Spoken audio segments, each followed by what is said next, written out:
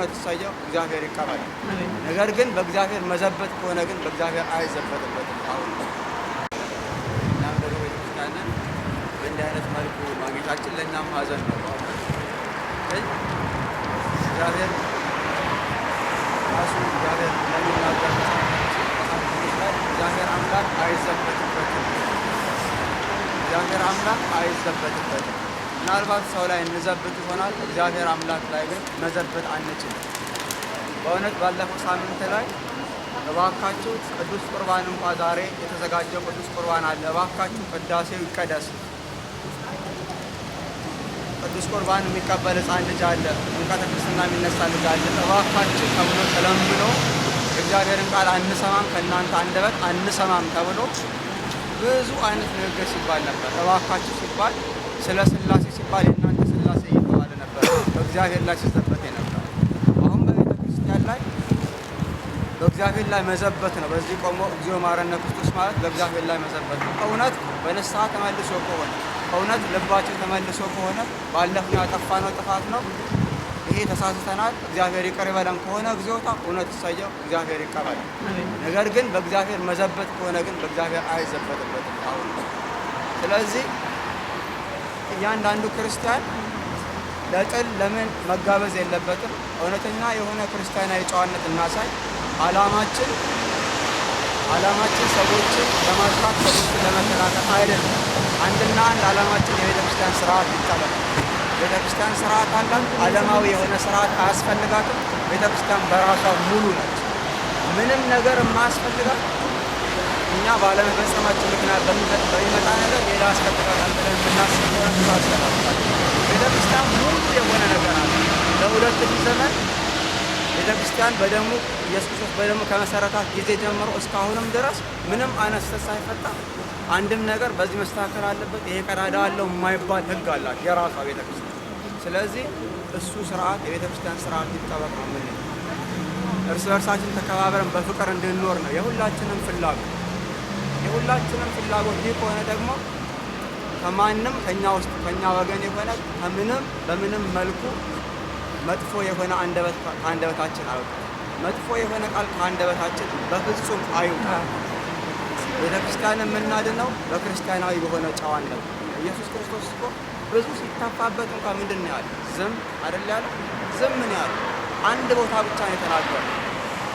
ጲላጦስ ላድንህ እንደምችል አታውቅም ሲለው ማዳን የሚችለው እንኳ እግዚአብሔር አባቴ በሰማይ ያለው በዙፋኑ የተቀመጠው እግዚአብሔር አባቴ ነው እንጂ ልታድን አትችልም። ለክብሩ ሲሆን ነው እግዚአብሔር የተጠነቀቀው። ለእግዚአብሔር ክብር ሲሆን የሥላሴ ማንነት ሲነካ ቤተ ክርስቲያን ዶግማ ሲነካ አይደለም ብለን ይናገራል። ከዛ ውጭ ግን እንሰደብ ምንም እንበል ክርስቲያናዊ ጨዋነት ሁላችንም ከኛ ጋር መሆን አለበት።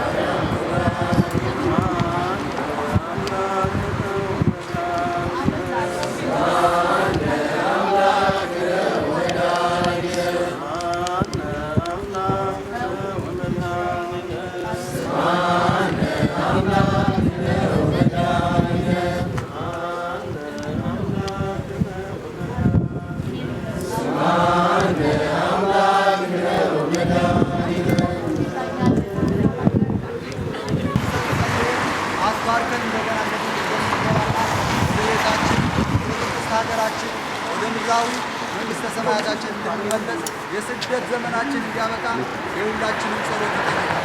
በጸሎት ትጉ፣ በጾም በጸሎት እንግዲህ በጾምና በጸሎት በዋይታና በልቅሶ ወደ እኔ ወደ አምላካችሁ ተመለሱ ይላል እግዚአብሔር። እንግዲህ በዋይታና በልቅሶ በጾምና በጸሎት ወደ እኔ ወደ አምላካችሁ ተመለሱ።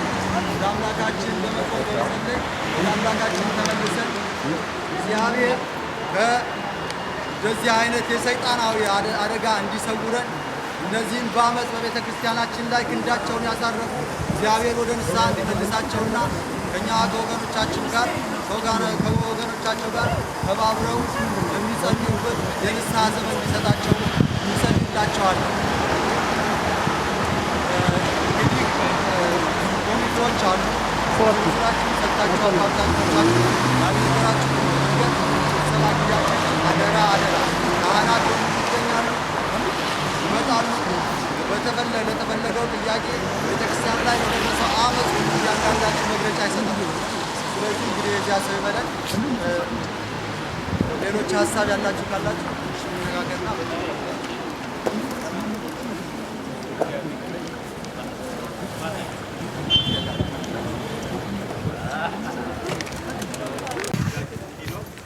በዚህች ዕለት የቤተ እግዚአብሔር ተገኝቶ ተአምርም እንድናነብ በዕለተ ሰንበት ስለታዘዘ በዛሬው ዕለት ተገኝተናል።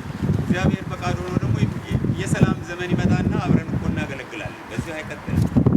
ምንጊዜ ክፉ ዘመን እንዳለ ሁሉ መልካም ዘመን ይመጣል። ስለዚህ ጌታ ስለ ቤተ ክርስቲያን ተናግሯል። ቤተ ክርስቲያን ምናልባት ሁለተኛ ቤተ ክርስቲያን ምዕመናን በክርስቶስ የተጠመቁ ሁሉ ክርስቲያኖች ቤተ ክርስቲያን በትክክለኛ ቃሉ የግሪኩ ቃል አክሌሲያ ወይንም ደግሞ አክሌሲያ ማለት ስብስብ፣ የክርስቲያኖች አንድነት፣ የክርስቲያኖች ጉባኤ። እነዚህ ሁለቱ የተያዙ ናቸው። ጌታ በተለያየ እኔ እያለ እንኳችሁ እርስ በራሳችሁ ተዋዳ ጊዜ ተናግር ያለው በጉባኤ በመሳሰለውም እየተነሳው ተናገር። ነገ አብረን መኖር አለብን።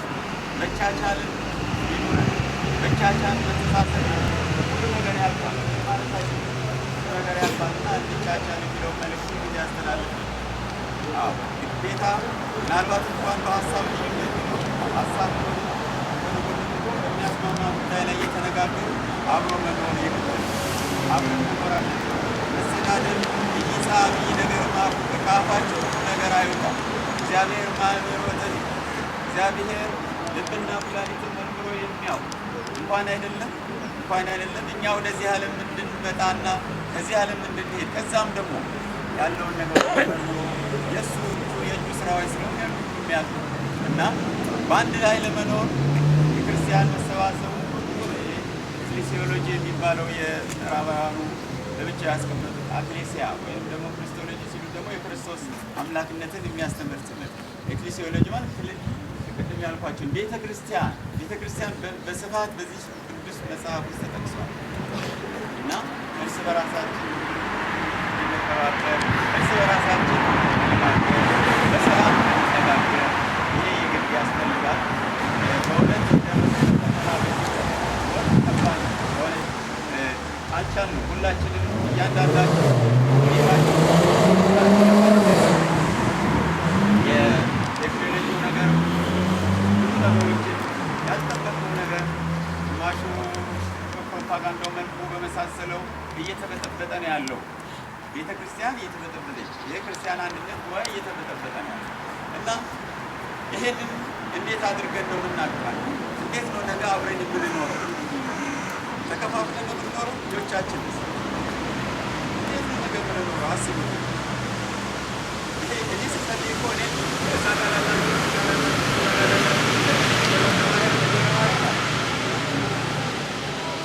ጋ እንደዚህ አይነት ነገር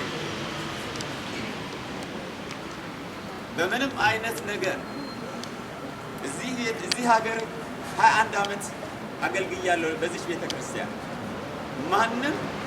ማንንም ሰው በክፉ ማየት አልፈልግም። ከማንም ሰው ጋር መቀያየም አልፈልግም። ይሄ ተመልኩ በአንድነት እንድትኖሩ ጠይቃለሁ። እኔ የቆምኩት ለሁላችሁ። እኔ የምናገረው ራሴ በአገልግሎት ተሰማርቼ በቆምኩበት ዓላማ ተሰማርቼ ለረጅም ጊዜ አገልግያለሁ። ሁላችንም በአንድነት እንድንኖር ተገለማምጣችሁ እንድትኖሩ አልፈልግም። ተገለማምጠን እንድንኖር አልፈልግም። ዘመኑንም ማየት አለብን። ዘመኑን ተገለማምጠን የምንኖርበት ዘመን አይደለም። ለአሁን ደግሞ በዚህ ሰለጠነ በተባለው ሀገር መጥተን ይህን ትክክል አይደለም። ይሄ ሁሉ ስህተት ነው። በእውነት ንስሐ የሚያስፈልገው መገለማመጥ፣ መሰዳደብ፣ ቃላት ከአንደበት መውጣት አያስፈልግም። ሁላችሁ እና እግዚአብሔር አሁን ላለፈው ይቅር ይበለን፣ ይቅር ይበላችሁ። የሚመጣው ይጠብቀናል። በጊዮን የፋሲካውን ዘመን ደግሞ እግዚአብሔር አምላክ ቤተክርስቲያናችን ከብቶ በሰላም ለመኖር በሰላም ለማክበር ይህንን ሁላችሁ እርግጠኛ ነኝ ያለ አይመስለኝም። ሁሉ ተቆርጦ በሰላም ያን ቅዳሴውን ሰምቶ በዛሬው በሰንበት ቅዳሴያችንን እኛም የምንወደው እናንተ የምትወዱትን ቀድሰው አንድ ላይ 4 የቤተክርስቲያን ስርዓቶች አሉ። ክህነቱ 3 አሉ፣ ምዕመናን 3 4 እነዚህ 3 4 አብረው ካልሄዱ ምንም ነገር የለም። ቤተክርስቲያን አይባል። ቤተክርስቲያን ማለት 4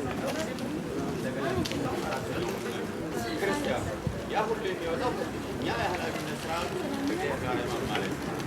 እና በዚህ ነው አንድነታችን ቤተክርስቲያን የሚሰጥ እግዚአብሔር አምላክ ለዚህ ጉባኤ ሰላም ሲያወርድ በዓለም ላይ ስማችን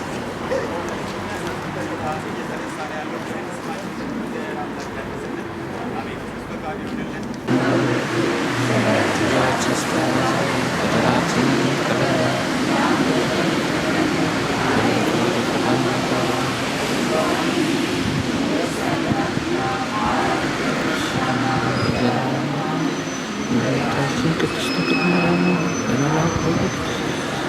ሰላም እንልሻለን። በሀሳብሽ ድንግል ነሽ፣ በሥጋሽም ድንግል ነሽ። የአሸናፊ እግዚአብሔር እናቱ ሰላምታ ላንቺ ይገባሽ።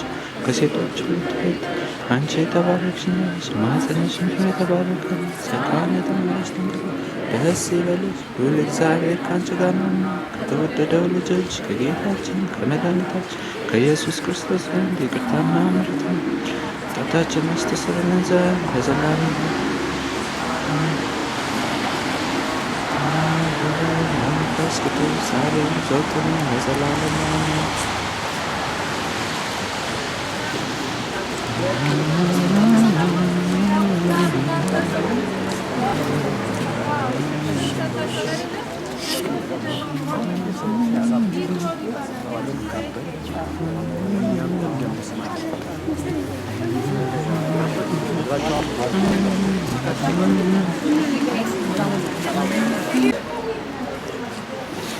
አሁን በዛሬው ዕለት ጠዋት ላይ በመገኘት ቤተክርስቲያናችን በመዘጋቷ ሀዘናችንን ወደ እግዚአብሔር በጸሎት በመዝሙር በንስሐ መዝሙር ወደ እግዚአብሔር አቤቱታ አቅርበናል እና በዚህ መሀልም ደግሞ ቤተክርስቲያኗን እንድትዘጋ ያደረጓት ግለሰቦችም በአንጻሩ ተሰብስበው ጸሎት ሲያደርጉ አይተናቸዋል እና በጣም ነበር የገረመና ያስለቀሰን። ቤተክርስቲያን ቅዳሴ አስቁመውና ቁርባን አስቁመው ውዳሴ አምላክን አስቁመው በውጭ ግን ጸሎተኞች ሆነው መጥተዋል እና ይሄንን በማየታችን በጣም አዝነናል እና በዚህ አጋጣሚ ደግሞ ኢሳቶችንም ደግሞ መጥተው የኢሳት ቴሌቪዥን ቀረጻ ሲያደርግ አይተናል።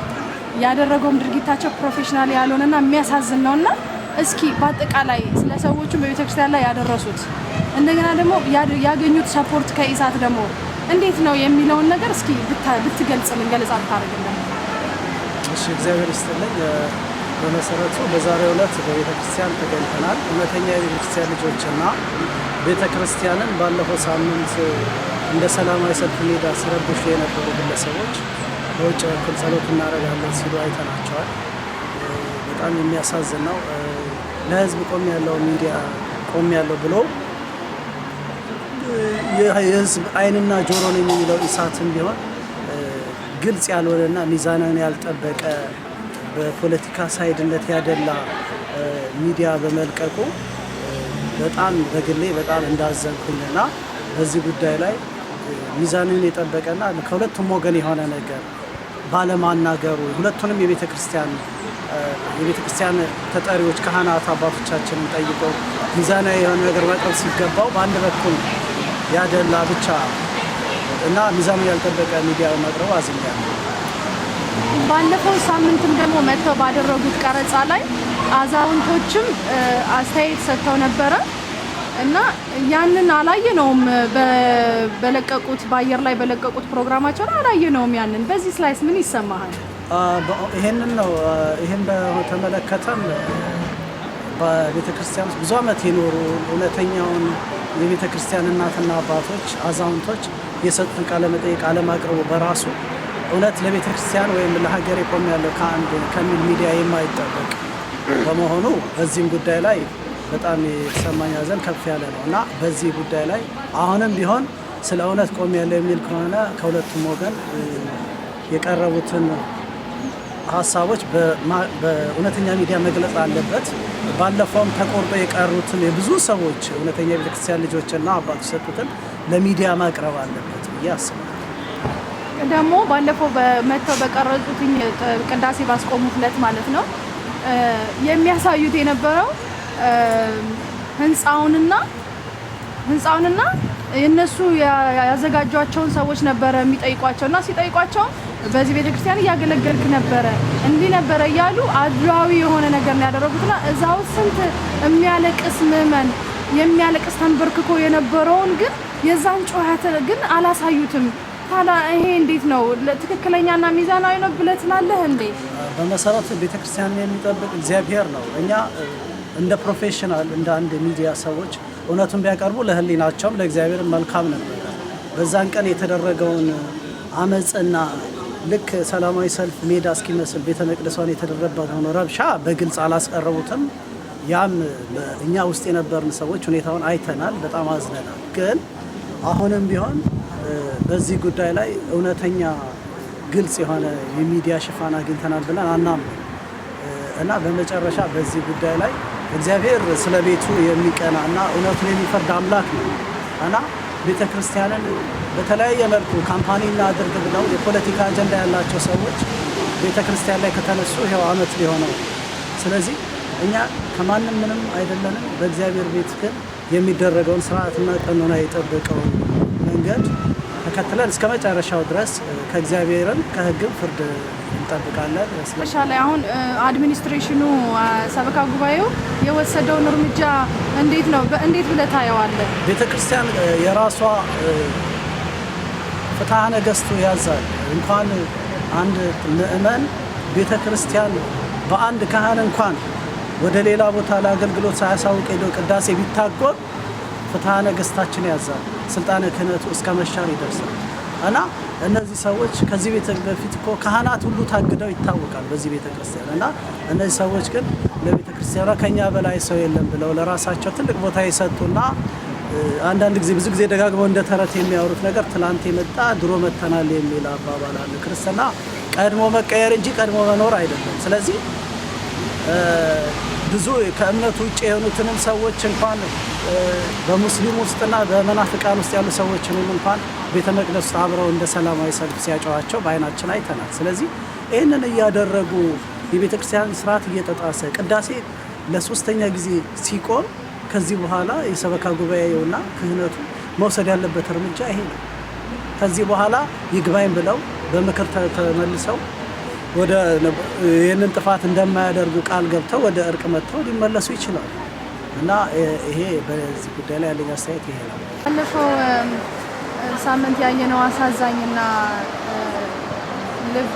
ልብን በጣም የሚያሳዝን ሁኔታ አይተናል። በኢትዮጵያ ኦርቶዶክስ ተዋሕዶ ሃይማኖት እምነት ተደርጎም ታይቶም በታሪክም ተጽፎም አያውቅም እና እስኪ እንደው ጽላታችሁን ይዛችሁ ውጡ፣ እኛ ጽላቱን አንፈልገውም ብለው ባሉት ነገር ላይና በካህናቶቹ ደግሞ በአስተዳዳሪ ላይ ቆሞስ አባ ግርማ ላይ ደግሞ እየተደረገ የነበረው ሰብአዊ መብትን የሚነካ ስድቦችም ነበሩና እስኪ እንደው አጠቃላይ እና ቤተክርስቲያንም ስለመዘጋቱ እስኪ ጠቅለል አድርገህ እስኪ ስለዚህ ገለጻ ብታደርግልን። በጣም ጥሩ። እንደው አሁን እኔ እንዳልሽው ከዚህ በፊትም በህይወት ዘመኔም ከልጅነቴም ጀምሮ በኢትዮጵያም በኋላ እዚህ ከመጣሁም በኋላ ብዙ ነገሮችን በቤተ ክርስቲያን ውስጥ አድጌያለሁ፣ አልፌያለሁ። ግን እዚህ ከመጣሁ በኋላ ያየሁት ነገር ግን በጣም እንግዳ የሆነ አንዳንድ ጊዜ ኤክስትሪምሊ እንደዚህ ነገሮች ከመሄዳቸው የተነሳ የማይጠበቅ የማይገባ ስርዓት በቤተ መቅደስ ውስጥ እንደዚህ አመጽ፣ ሁከት፣ ይሄ ልክ የምድራዊ መድረክ የእግዚአብሔር ቤት መሆኑ ተረስቶ ስርዓት አልበኝነት ከነጫማው የሚገባ ነበረ። መፈክር ይዞ የሚገባ ነበረ። የቤተ ክርስቲያን የራሷ ማይክራፎን እያላት እነሱ ግን የራሳችንን ማይክራፎን ይዘን ሰው እነሱ ካህናቶች ቅዳሴ እንኳን ቢገቡ በዚህ እናቋርጣቸዋለን ብለው ራሳቸው አልመው የገቡበት ያንን ይዘው እየጮሁ እየተሳደቡ እግዚአብሔር የቀባውን ካህን አንተ ሌባ ናውጣ እያሉ እንደገና የማይገባውን በምእመን ደረጃ ወደ ውስጥ ገብቶ ካህንን ድረስ ጎትቶ ለማውጣት ሲታገሉ ምእመናኑን ሲያስለቅሱ ሕፃናቶች ከክርስትና እንዳይነሱ ሲያቋርጡ መስቀሉን ሲቀሙ ከካህን ላይ ልክ በራእይ ዮሐንስ ላይ አውሬው የስድብ አፍ ተሰጠው እንደሚለው ሲሳደቡ በማየቴ እጅግ እነዚህ ክርስቲያኖች ናቸው ወይ? ኦርቶዶክስን ስርዓቷስ እንዲህ ነው ወይ? ኢትዮጵያ ኦርቶዶክስ ስርዓቷንስ እንደው እንዴት አድርገው ነው ከሰብአዊ መብትስ አንጻር የሰውን መብትስ እንዴት ነው እናስከብራለን የሚሉ እናቃለን የሚሉ በእድሜ የሸመገሉ ትልልቅ ሰዎች ሆኖ ሳለ እንዴት ነው ቤተ መቅደስን እንደዚህ በድፍረት የሰውንም መብት በመጣስ በመሳደብ ሌላ አላግባብ ዘለፋ ስንት ነገር አይተናል እና በጣም አላግባብ እግዚአብሔር እንደው ለቁጣው ያነሳሱት ቶሎ እንዲፈርድብናል አይደል? እግዚአብሔር ግን ያው የዋህና ታጋሽ በመሆኑ እስካሁን ሁላችንን ሳያጠፋን እንደ ስርዓታችን ሳያጠፋን እዚህ ጠብቆናል ይላል። እውነት ደግሞ ንብረቱን እኛ ገዝተነዋል፣ ከፍለንበታል፣ በሺህ ቤቶች የሚቆጠር አውጥተንበታል። መስቀሉም እኔ የገዛሁት ነው እየተባለ ነው ተነጠቀ መስቀሉን በአንዲት ሴት። እንደገና እኛ በሺህ ቤቶች አውጥተንበታል እናንተ መጤዎችም እየተባለ ነውና እንዴት ነው እዚህ ላይ ያለህን አስተያየት? እንግዲህ ይሄ ምንድነው የመንፈሳዊነትን ጠንቅቆ አለማወቅ ይመስለኛል። መንፈሳዊ ሰው እንደ ክርስቶስ ቃል ይሄዳል፣ ይራመዳል። እንዴት ምን ማድረግ እንዳለበትም ለእግዚአብሔር ቤት የሚሰጠውን ክብር ጠንቅቆ ያውቃል። ሲገባ ጀምሮ በጸጥታ ራስን ዝቅ በማድረግ በመንበርከክ ነው የሚመጣው። እንኳን አይደለም ከካህን ላይ ስልጣነ ክህነት ካላቸው ላይ መስቀልን መንጠቅ እኔ የገዛሁት ነው የኔ ንብረትን ያወጣሁት ነው ማንም አይጠቀምበትም ብሎ ሊል ይቅርና ግራ ኪስ እንኳን አይወቅ ቀኝ ኪስ ሲሰጥ ግራ ኪስ አይወቅ። ያ ማለት እንግዲህ ማንም ሰው የሰጠኸውን የሰማያዊ አባት ያውቃል። በሰማይ ነው እንጂ ሀብት የምታከማቸው ስለሰጠው ነገር መልሳ ትጠይቅ። ለእግዚአብሔር ከሰጠ አንድ ሰው መባ ነው። ያንን መባ የሰጠውን መባ አይቆጥርም፣ እግዚአብሔር ይቆጥርለታል። እግዚአብሔር እንደውም አንድ አባት ምን ይላሉ መሰለሽ? እንደውም እኔ ከተረዳሁት አንድ ሰው ይላሉ ገንዘቡን የሚሰጠው መባም ብሎ የሚሰጠው አለ፣ አስራት ብሎ የሚሰጣል። ለኃጢአት ማስተሰሪያ እንዲሆንለት ካህኑ አናዞት የሚሰጠው አለ። የኃጢአት ማስተሰሪያ እንዲሆንለት በቅጣት መልክ አንዳንዱ እንግዲህ እንደ ካህኑ ስርዓት ነው ያንን ገንዘብ ይሰጣል። ለቤተ ክርስቲያን ይሰጣል። ያንን ገንዘብ ያንን የሰጠውን እኮ ነው አሁን አምጣ እኛንን ምን ቆጥረው የዛን ሰውዬ እኮ ኃጢአት እንደሚሸከም ቢረዱት ኖሮ ከእግዚአብሔር ቤት ምንም አይነት ነገር እንኳን ሊወስዱ ቀርቶ አያስቡትም ነበር። እና እኔ ያየሁት ብዙ ያለማወቅ በወንጌል ያለመብሰል ነገር ምድራዊ ጥቅማ ጥቅምን በተመለከተ ብቻ የሚነገር ነገር አለ። ምን አለበት አንዳንድ ጊዜ እኮ ቆም ብለን ስናስብ የምንመጣውን ማወቅ፣ የት እንደምንመጣ ማወቅ። የግል ቤትሽ እንኳን ያለ አግባብ ሲረበሽ ሲጮህበት እንዴ ለምንድን ነው የምትጮኸው? ቤቴ እኮ ኢዝ ማይ ፕሮፐርቲ ውጣ ብለሽ ታያለሽ። ግን እግዚአብሔር ይሄን ስለማይል ለቤቱ ክብር አይሰጠውም እንዴ? ዝም ስለሚል በፍቅር ስላቀረበን በፍቅር እንድንመላለስ ስላደረገን ግን ዝም ብለን እኛ እንደው ለራሳችን እንኳን የምንሰጠውን ያህል ክብር አንሰጠውም እንዴ ለቤቱ? እና ይሄ የወንጌል አለማወቅ አለመብሰል በዚህ ችግር የታየ ይመስለኛል። በመዘጋቱስ ምን ትላለህ? አዎ ቤተክርስቲያን መጀመሪያ ስትመሰረት እኛ ከእግዚአብሔር ጋር ልንገናኝበት፣ ልናስቀድስ፣ ልንቀደስ ክርስትና ያልተነሳው ክርስትና ሊነሳበት ልንጾም፣ ልንጸልይ፣ ልናመሰግን እቺ እንግዲህ ሰማይቷ ኢየሩሳሌም አምሳል ናት። እቺ የተሰጠችን ቤተክርስቲያን እግዚአብሔር ደግሞ ለሰለሞን ጠቢቡ ምን ብሎታል? ቤቴ የጸሎት ቤት ናት። እቺ አይኖቼን ወደዚች ቤት አደርጋለሁ፣ እዚህ መጥተው የሚጸልዩትን በሙሉ እባርካቸዋለሁ፣ ዘራቸውንም አበዛለሁ፣ አይኖቼ ከዚች አይነቀሉም ነው የሚለው እግዚአብሔር። ያለ አይኖች የሚያርፉባት የእግዚአብሔር አይኖች የተባሉት ካህናት አገልግሎት እንደ መላእክት የሚሰጡባት እኛ በካህኑ አማካኝነት ንስሐ ገብተን ቅዱስ ሥጋውን ክቡር ደሙን የሚከብርባት ለዘላለም ሕይወት የምንመጣባት ቤት ነች እና ይህንን ስራ ተጥሶ የእግዚአብሔር ቅዳሴ ውዳሴው ቆሞ አሁን ማገልገል እንዳይችል እየተሰደበ እየተዋረደ እየተገፋ ምዕመኑ እንደው የማይገባ ስድብ እየተካሄደ እየተገፈተረ እንዲወጣ እናንተ ወያኔዎች ናችሁ፣ እናንተ ሌላ አልወባልታ ስድብ ሌቦች ናችሁ፣ እናንተ ብዙ ይባላል እና ያለ አግባብ ስድብ ብሎም ድብድብ ሁሉ ለማምጣት የሚሞክሩ ሰዎች አሉ። እንደዚህ እየተደረገ አገልግሎት ማካሄድ እንዴት ይቻላል? ይሄ እኮ በቤተ ክርስቲያንም ስርዓት አለ። አንድ ሰው እንደ ምዕመንነቱ በዚህ በአባልም ቢሆን እንኳን እንደ ስርዓቱ መመላለስ አለበት ይላል። እንዴት ነው መመላለስ ያለበት? ሕገ ደንቡም ራሱ ቁጭ ብሎ ቁልጭ ያለ ነው። ያለ አግባብ የሰው መብትም የቤተ ክርስቲያንም ስርዓት የሚጥስ ከሆነ በሽማግሌዎች ይመከር። እነዚህ ሰዎች በሰላም ኮሚቴ ሲመከሩ ሲዘከሩ አልሰማ ብለው ብዙ ተለፍቶበት የሽማግሌዎቹም ደክሟቸው የተዉት እንደገና ወደ ጉልበት የመጡበት ነው እና ከስርዓት ውጭ ሲሆን ቤተክርስቲያን በሚያዘው መሰረት እነዚህ ሰዎችን ማስቆም ያስፈልጋል። ታዲያ ሌላው ምዕመን እንዴት ብሎ ያስቀድሳል? እንዴት ብሎስ ይቀደሳል? ስርዓቱስ እንዴት ይከናወናል? እና ቤቱ የተዘጋውም ደግሞ ነገም ሁልጊዜ በየሳምንቱ እየመጡ ለ3 ለ4 ሳምንት እየጮሁ ቅዳሴ ሲያቋርጡ ብለው እንዳይጀመርም ሲያደርጉ ክርስትና እንዳይነሳ ሲያደርጉ ከዚህ የተለየ ሰርቪስ የለም። ስብከትም መሰበክ ካለበት እዚሁ ነው የሚሰበከው። ቅዳሴ መቀደስ ካለበት እዚሁ ነው። ስጋው ደግሞ መውሰድ ካለብን ሁሉም የምናከናውንበት ስርዓቱ የሚከናወንበት በቤቱ ነው። ይሄ እንዳይደረግ በቤቱ ከተደረገ እንግዲህ ሌላ ምንም የለንም እና መዝጋት ነው ያለው። ያው ሀሳባቸውና ዓላማቸው ይሄ ስለሆነ ማለት ነው። እኛ ደግሞ የለም ይሄ ስርዓት ይጠበቅ፣ የቤተ ክርስቲያን ስርዓቷ ይጠበቅ፣ አባቶቻችን ያስተላለፉት ስርዓትና እምነት እንደዚህ አይደለም፣ በስነ ስርዓት ሁሉንም እናድርገው፣ በጨዋ ደንብ ይሁን፣ እግዚአብሔርን በማክበር በመፍራት በመንፈሳዊነት እንመላለስ ብለን የምንል ስለሆነ ይሄ ስለማይመች መዘጋቱ ጥሩ ነው። በኔ በኩል ሰው ደም ከመፋሰስ ከመጋደል ይሄ ጥሩ ውሳኔ ነው። በባለፈው ረብሻና ሁከታው ላይ አሳዛኝ ሁኔታ ሲፈጠር ኢሳቶች ተገኝተው ቀርጸው ነበረ። እንደገና ዛሬ ጧትም እንደዚሁ ተገኝተው ቀርጾ ነበረና እንዴት ነው በፕሮፌሽናሊ እያደረጉ ያሉት ነገር አግባብ ነው ወይ? ባላንስ ሚዛናዊ የሆነ ነገር ነው ወይ? ለእውነት ለኢትዮጵያ ድምጽ ነው የቆም ነው፣ ለኢትዮጵያ ህብረት ድምጽ ነው የቆም ነው ብለው የሚሉትን ነገር ስራቸው ያስተጋባሉ፣ ይመሰክራሉ? እስኪ ንገረን፣ እንዴት ነው? በጣም ጥሩ ጥያቄ ነው። ባለፈው ይገርምሻል ውስጥ ያለውን ረብሻ ሲጀመር ጀምሮ ነበሩ። እኔም የራሴን ካሜራ ይዤ ቀርጽ ነበረ እና ሲቀርጹም እናንተ የህዝብ ሚዲያ ናችሁ፣ ህዝብ እንወክላለን፣ በኩልነት እንሰራለን የምትሉ ከሆነ እንዳለ የቀረጻችኋትን ምንም ሳታስቀሩ የህዝቡን ጥያቄ ከሁለቱም ወገን ወስዳችሁ አቅርቡ እንጠይቃሉኝ። እኔ የምትጠይቁኝ ከሆነ እኔ የህዝብ ሚዲያ ነው ብላችሁ የምታስተላልፉ ከሆነ እውነተኞች ከሆናችሁ የምናገረውን ታቀርባላችሁ ያልኳቸው።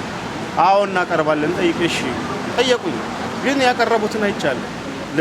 በጣም ብዙውን ቆራርጠው ስትጨቃጨቅ ነው በብዛት። እንደውም እኔ ያቀረቡት ምንድነው ስንጨቃጨቅ ምን ስንል በእኛ ወገን ያለውን እንደ ተጨቃጫቂ አድርገው አቅርበውታል። ግን እውነታውን እግዚአብሔር ያውቀዋል። ለእውነት ይቆም ያለው የሚል ደግሞ አንድ ሚዲያ እንትን ቡድን ሲጠይቅም ጥያቄም እንኳን ኢንተርቪው ሲያደርግ ከነሱ አካላት ሲጠይቅ ከኛ ወገን የጠየቀው ነገር የለም።